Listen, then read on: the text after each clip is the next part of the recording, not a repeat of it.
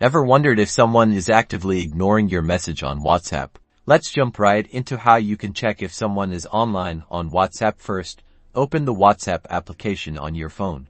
Then, tap on the contact whose online status you want to check. This will open your chat window with them. Look directly under their name at the top of the screen. If the word online is displayed there, it means the contact is currently active on WhatsApp. If you don't see online, you might see last seen at followed by a specific time. This tells you the last time the contact was active on WhatsApp.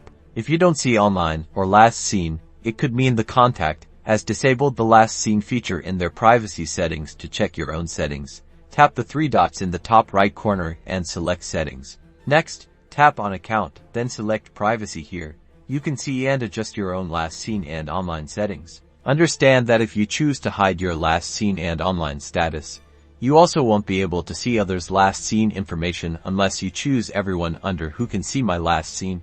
Keep in mind that the absence of last seen doesn't necessarily mean someone is avoiding you. They may simply value their privacy, and that's it. Now you know how to check someone's online status and what to do when you don't see it.